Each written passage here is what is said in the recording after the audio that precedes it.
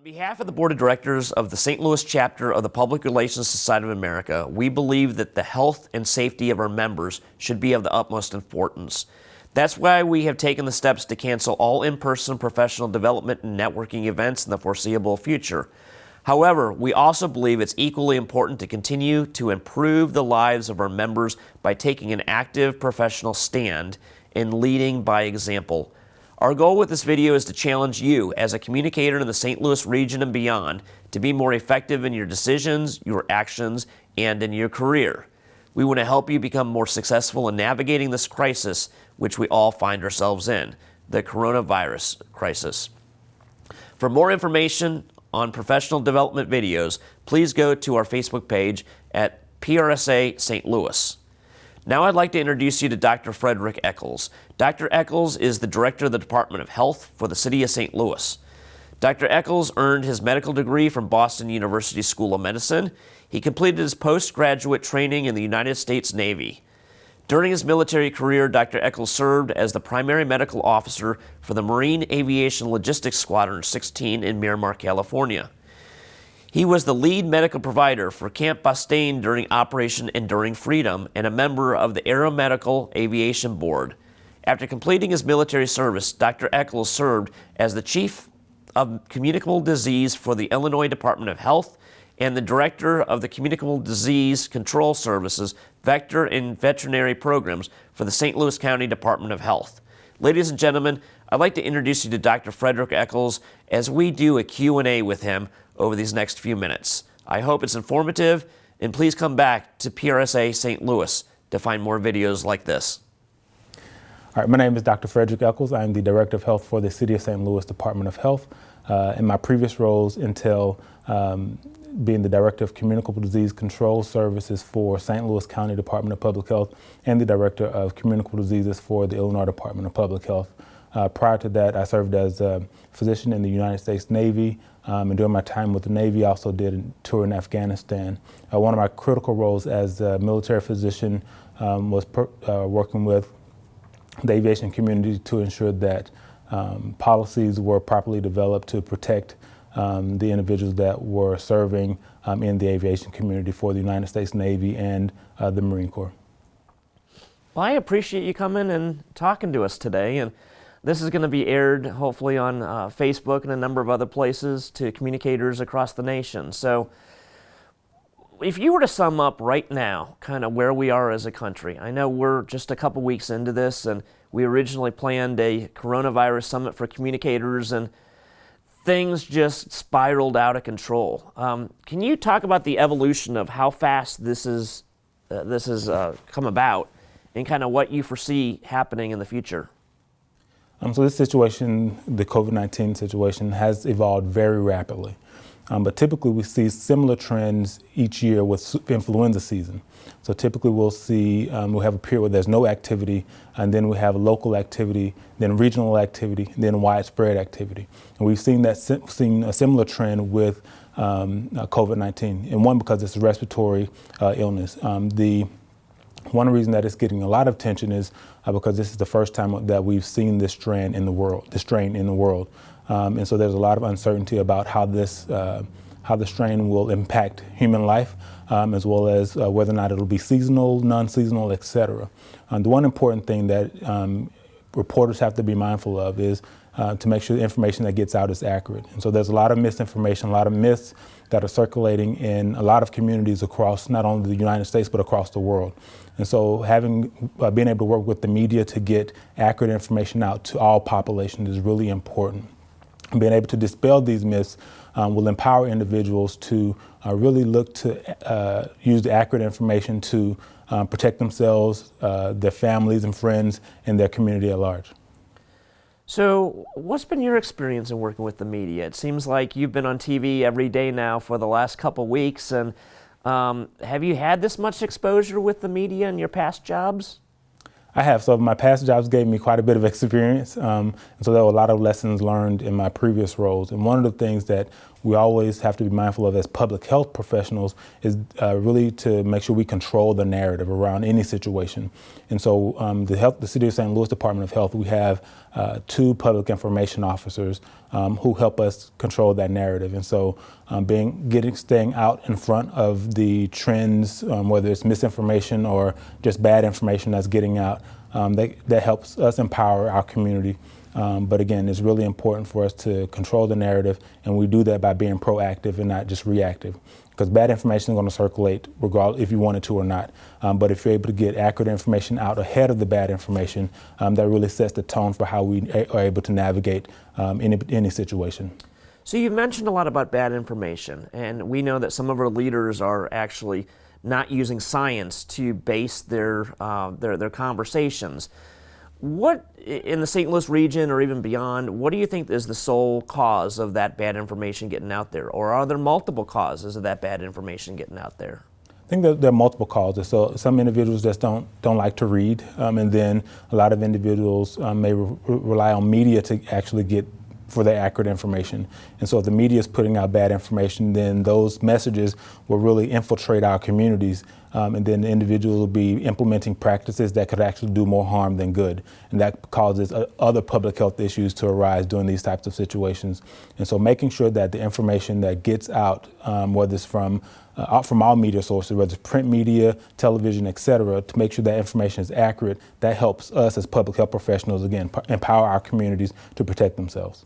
So what strategies do you use to actually dispel that misguided information? So the key for us is health literacy.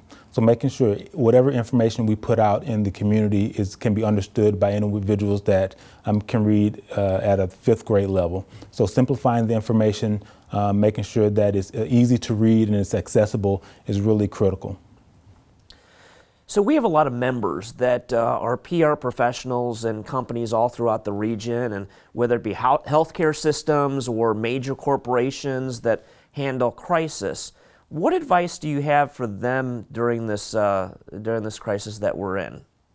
So one of the themes that we implement at the health department, particularly for our emergency preparedness program, is to inform, not alarm. And so being careful about how we actually create the narrative and how we and be careful about the language that we select for different pieces is really important, because saying the wrong thing can really cause panic and hysteria in our communities. And we've seen that with COVID-19. And so it causes, it hinders a lot of the public health department's ability to really do their job and to be effective during this response, because we're doing damage control because of bad information that's gone out. So where do you think we are right now as a region or as a country with COVID-19? I don't want to ask you how long do you think it's going to last, but how long do you think companies are going to be affected by what's going on? So that remains to be seen. So, we're evaluating the situation on a day-to-day basis. We're looking at the data to drive our decision making, but the key part for us is really using the data in an effective way. So by implementing data-driven programs, it allows us to, in some ways, stay ahead, and to a lot of people refer to as flattening the curve, so that we slow the spread of disease in our communities. I think there have been some challenges as it relates to information that has been shared, not only at the federal level, but even at the state level, regarding some of the impact of COVID-19. So initially, one of the messages that was shared was that young individuals are not really affected. And so what we're seeing now is that that's not really true. What we're seeing is that COVID-19, like influenza and other respiratory illnesses, can infect anyone regardless of their age, race, sex, socioeconomic status. And so it's really important for us to effectively reach every population in our jurisdiction. So what do you find are the best mediums to reach those individuals? So it depends. So if you're looking at individuals that are over the age of 60, a lot of them aren't on social media. And so for them, a lot of them utilize phone lines such as our Are You OK line, which is a system that is utilized by the St. Louis Agency on Aging to reach those individuals who are elderly and who may be homebound. And for the younger individuals, social media, so Instagram, Facebook, Snapchat, those are the more popular ways to reach them. And then for the middle-aged folks, I guess that I'll be considered one of those, we typically use news, so television, as well as paper media, print media. So I must be in that old category because I got a phone call. Well, that was a special effort by the city of St. Louis. So on Sunday, the mayor actually did a recording. And so the goal there was to reach as many people as possible to remind them of those preventive measures that individuals can implement to protect themselves.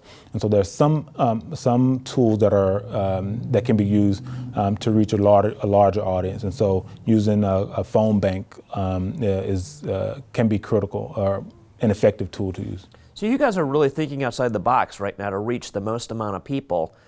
How do you think that's going to affect the flattening of the curve here in the St. Louis region? I think it'll be very effective. So if we can reach as many people as possible, but also keep reminding them, sharing the same message again and again and again, people will really understand that this is a serious issue and that these simple measures that we remind them of each and every year during influenza season can be effective and not only protecting them and their families, but it can save lives. So you have a very distinguished career in the military, and you've been all around the world. You've been to Afghanistan, you've been to Miramar, California. I spent some time in both places briefly, very, very briefly. But have you ever seen anything like this before? So we see it every year. So influenza season, that's from a public health standpoint, this is really similar to what we see during influenza season. So again, the trends are very similar. We start with the pocket here or there, and then it spreads out during the winter months and typically peaks around mid to late January. So we see this every single year. We do ourselves a disservice when we forget about the scientific evidence that has been proven years and time and time again. For example, for influenza season, we always recommend covering your mouth when you cough, staying home if you're ill, wash your hands regularly. And so those simple measures are also effective in preventing the spread of COVID-19. And so because something is a novel virus, if we look at how the virus is or how the condition is transmitted from person to person, we use that as our tool to really inform the community about how they can protect themselves. And so although I think a lot of hysteria has been created around COVID-19 because there's a lot we don't understand, there's a lot we're still working to understand and learn about the virus, but we won't have that for quite some time. But what we do know is that for respiratory illnesses, you can protect yourself by implementing those simple measures. And so to really lean in and really echo that message time and time again will really help us. There's been stories on the news tonight about the Wainwright building, and there was someone that had COVID-19 that was in that building, and lots of concerned employees and I guess other issues that have arisen from that.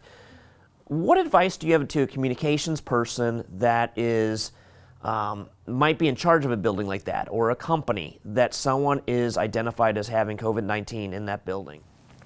I think it's important for them to have good working relationships with their health department. And having that relationship gives them an opportunity to understand, what appropriate measures should be implemented to protect other staff. It also will give them an opportunity to gain a better understanding of what actions need to be taken after a person tests positive for whether it's COVID-19 or another reportable communicable disease. Because there's a lot of work that happens after the fact, where we look at contact tracing, which is a protocol where we identify all individuals that are deemed to be close contacts to an individual, and so we make sure they enroll in into our self-quarantine program, so they're monitored for a period of time.